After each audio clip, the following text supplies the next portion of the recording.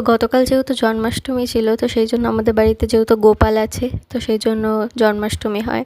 তো জন্মাষ্টমীর জন্য মা প্রথমে নাড়ু করবে বলে নারকেলটা কুড়ে নিয়েছে, তাল ঘষে নিয়েছে। আর এদিকে আমি গোপালের দোলনাটাকে সাজাবো বলে মালা গেঁথে নিচ্ছি, বেলুনও ফুলিয়ে নিয়েছি।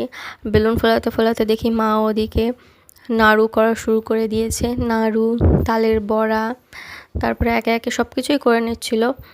মালপোয়া করে নিয়েছিল আর সব কিছু, এরপর আরও অনেক কিছু করেছিল। আর এদিকে আমি সব রান্না হয়ে গেলে আমি একে একে সব কিছু সুন্দর করে ডেকোরেশন করে নিচ্ছিলাম।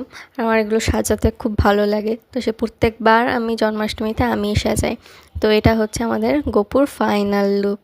তো কেমন লাগলো তোমাদের আমাদের গপুকে সাজানোটা, তো অবশ্যই কিন্তু কমেন্টে জানাবে। আর যদি আমার ভিডিওটাকে ভালো লাগে তাহলে একটা লাইক করো, আর আরও এরকম ভিডিও পাওয়ার জন্য আমার চ্যানেলটিকে কিন্তু সাবস্ক্রাইব করতে ভুলো না। তো আজকের ভিডিওটা এতটুকুই, বাই।